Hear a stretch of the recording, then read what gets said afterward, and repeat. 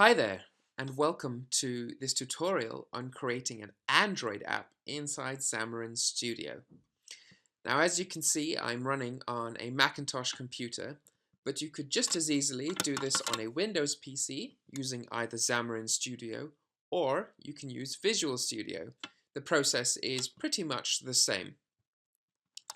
Right, so the first thing we're going to do is we're going to load up a new solution, and we're going to go to C# and Android. And in here you have a whole range of templates you can choose from.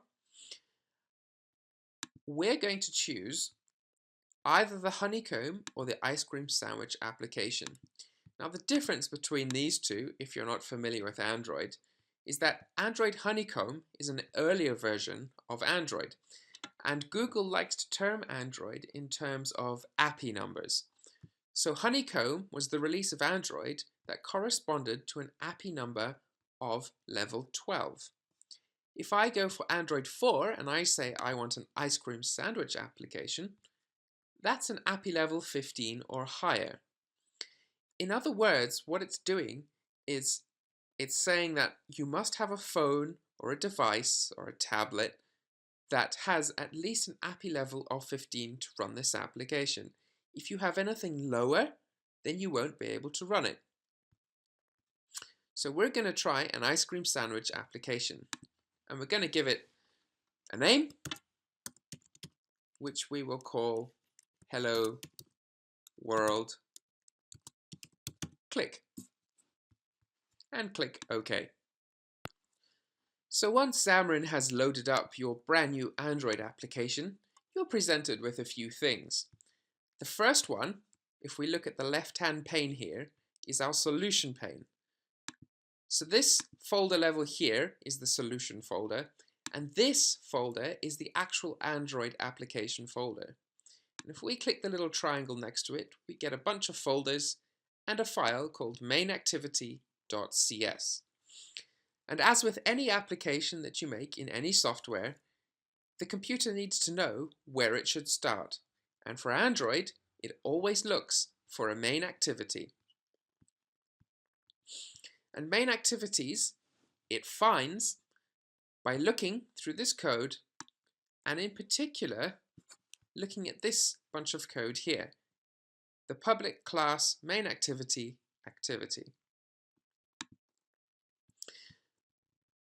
So every application is going to start from this point where the cursor is.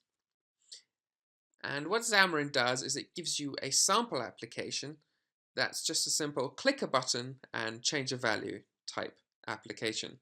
So I'm just going to run through that so you get a feel for it. So the first thing we come across is int count equals 1. And if you know nothing about C#, this simply says that you have to create an integer value. So if you hover over it, it tells you exactly what it is, which is basically a number. And we're going to call it count, and we're going to set it equal to the number 1. Then once we've completed that, we come to this protected override void on create. This runs as soon as your application is loaded and the main screen says that it's ready to do anything you want it to do. So the first thing you want to do at that point is you want to tell the application what to show the user.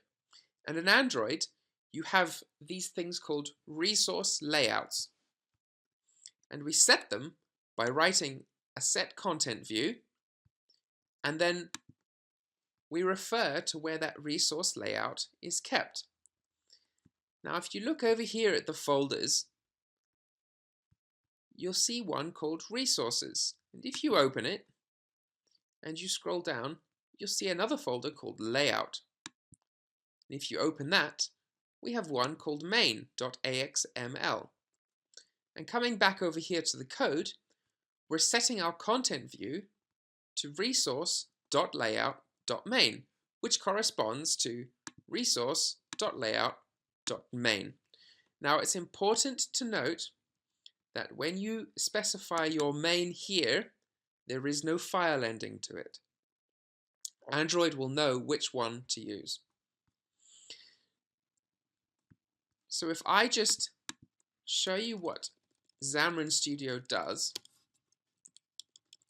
by writing this from scratch, we will go set content view, we'll open our brackets, and we'll write resource, which is up here,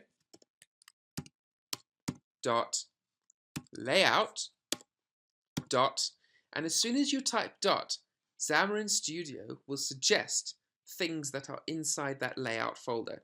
And if you look here, you can see the main right there. If you double click it, it inserts it for you. Close your brackets and put your semicolon in. There we go, and save your project. So let's go see exactly what this main.axml file is. So let's open it up, and we're presented with what our application will actually look like when it's loaded up. And if you look at the top here, we can change a few parameters. So here we can see what this looks like on an Nexus 7 if we like. And we can change it from portrait to tablet mode, rather landscape mode. So let's just change it back to a Nexus 4 and discuss what we actually see on the screen. Well, the first thing is this top tab called Hello World Click, which you can't actually click. You can't change any properties of. And we'll get into why that is much later. The important thing to look at is this button here called Hello World, Click Me. And the way you put a button inside this is you simply go over to your toolbox, you click button, and you drag it across and put it in. And once it's inside there, you can then come over here to the Properties tab and change any properties you like.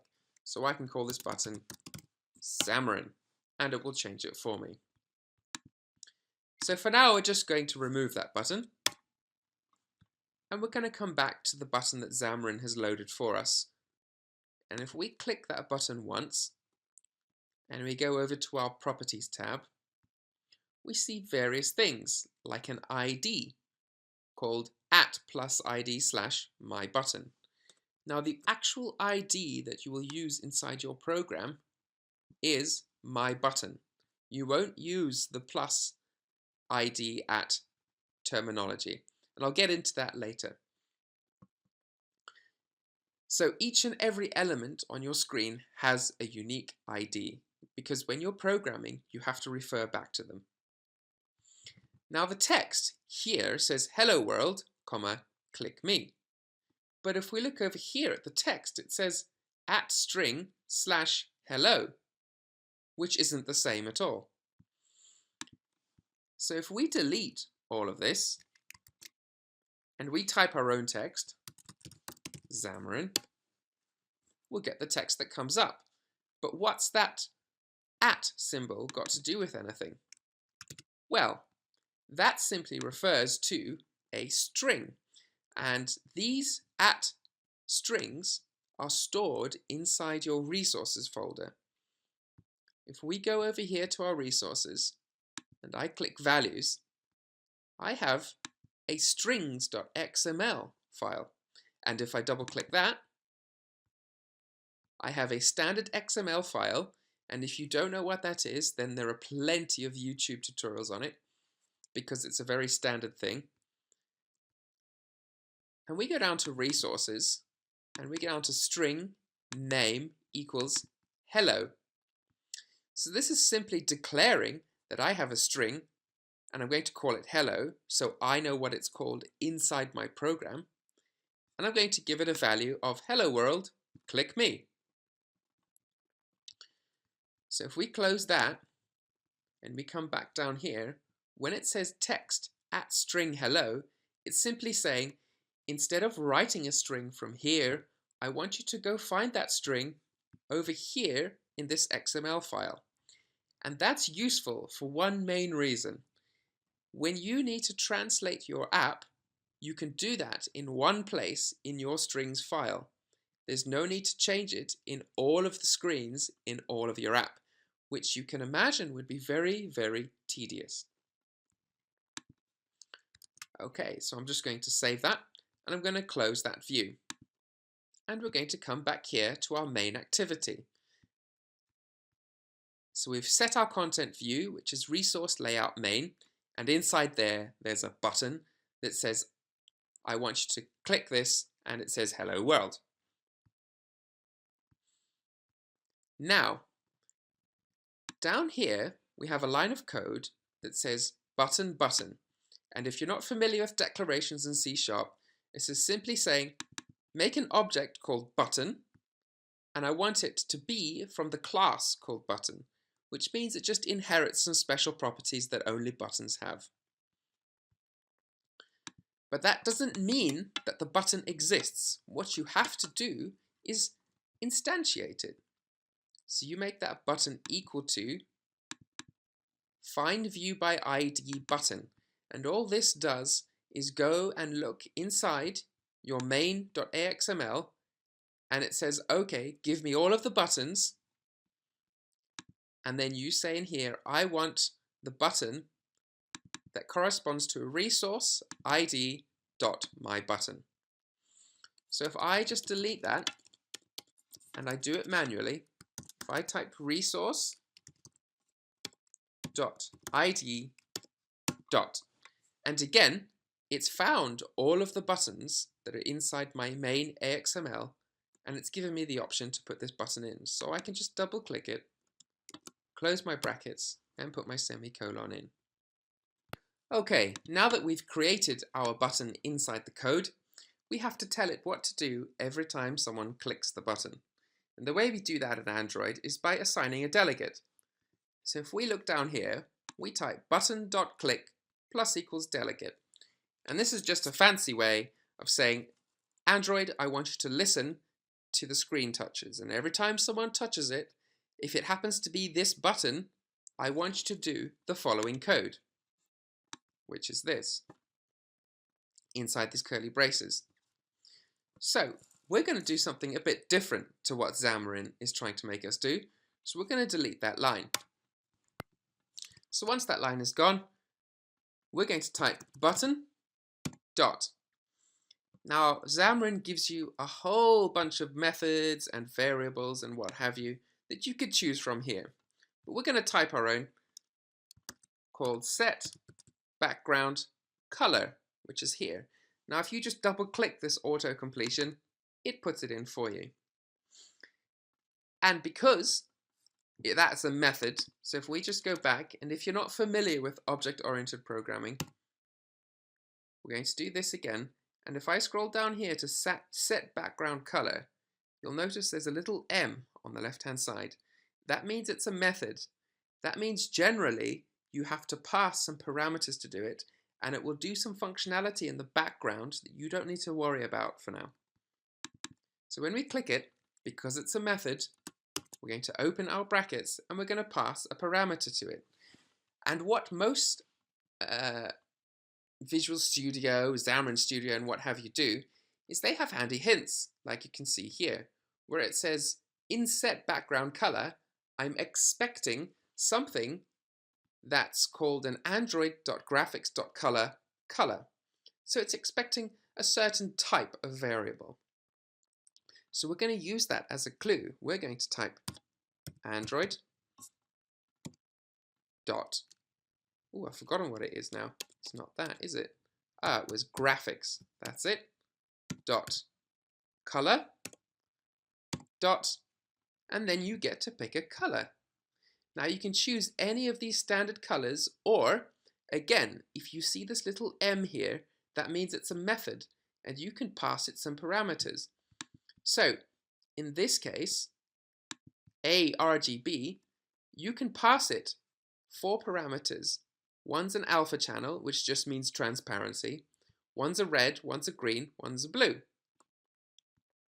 Or in our case, we're just going to choose something nice and simple like aquamarine.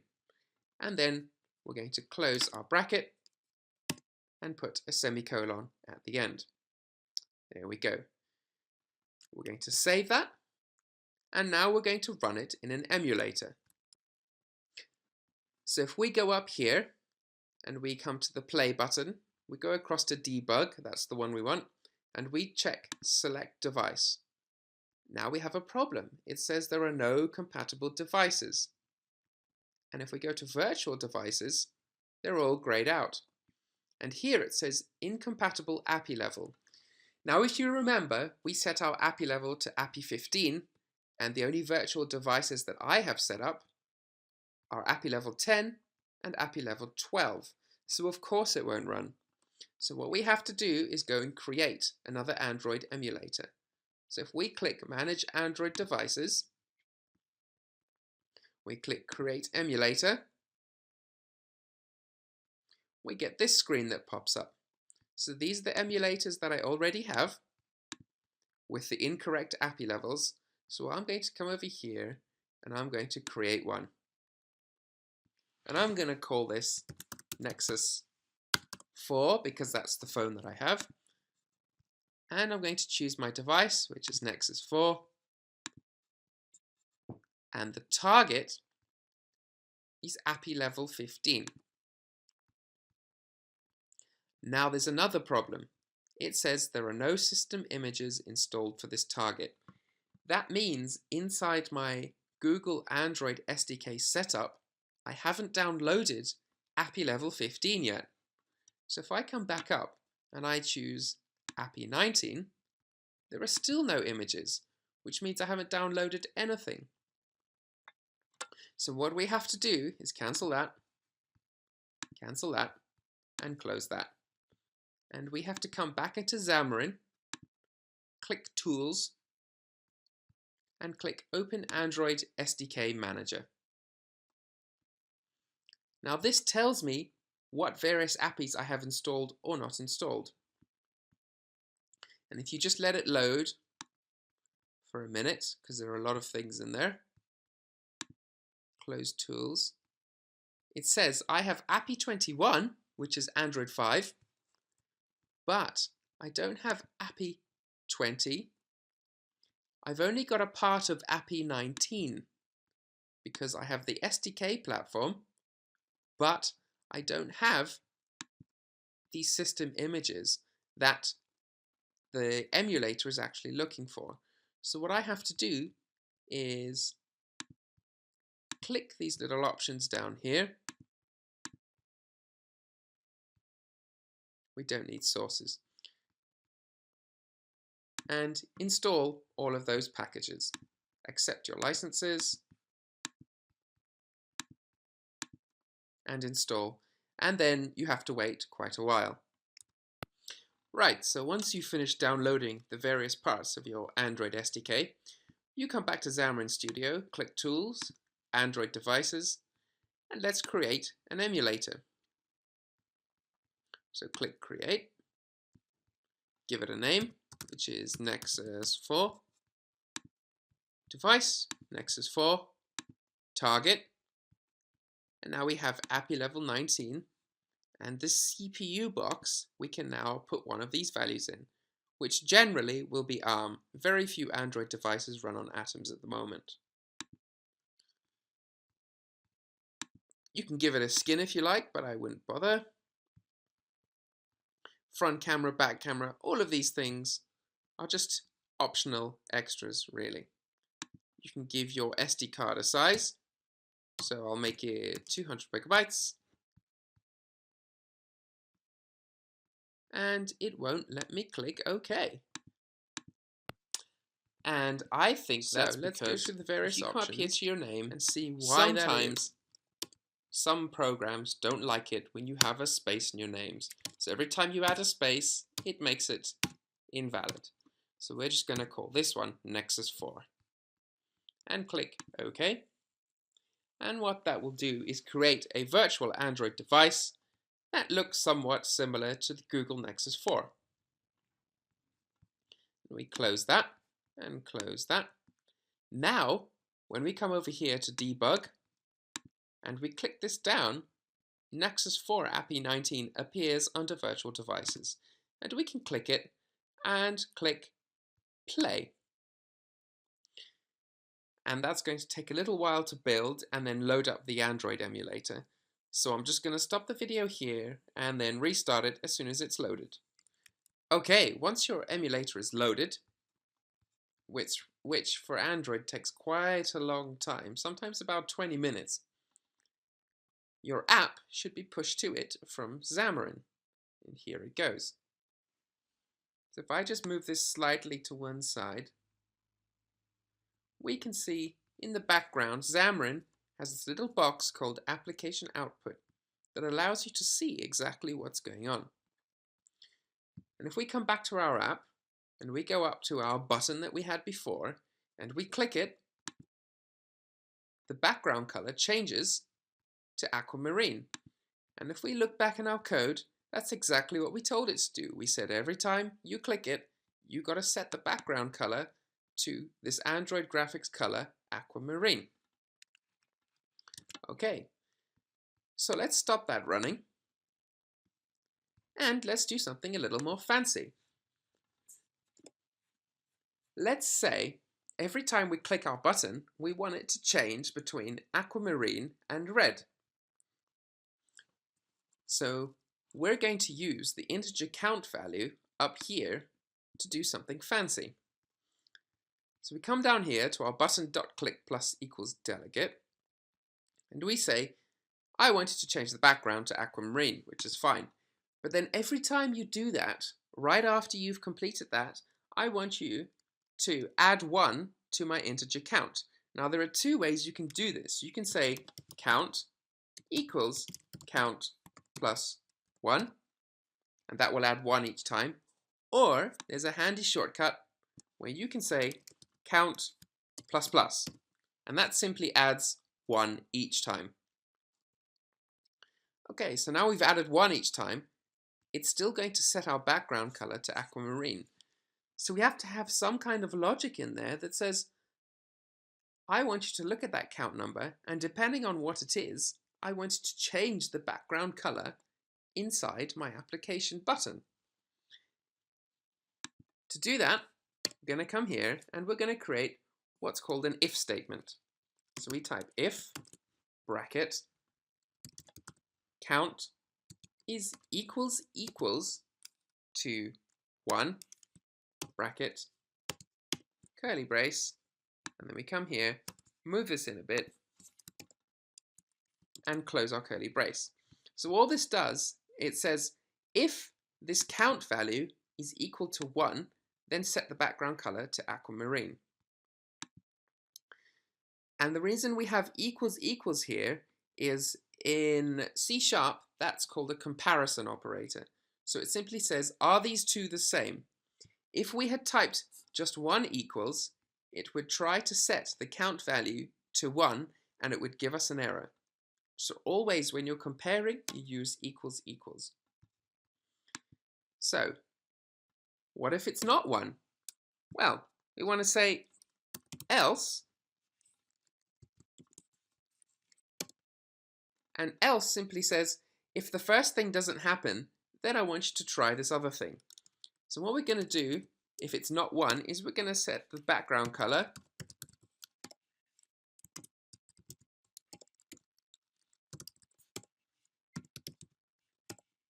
to, I don't know, let's say red. And then we're going to close that else loop using our curly braces. Okay, so, oh, I've just made a little mistake here. There we go. So every time we run that, it's going to check this count value, and if it's 1, it'll change it to aquamarine. If it's anything else, it will change it to red. So let's go ahead and click run.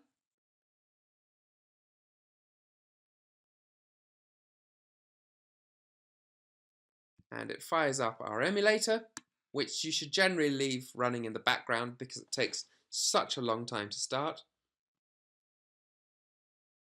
And our application will load up any minute now. Ah, there's an error somewhere.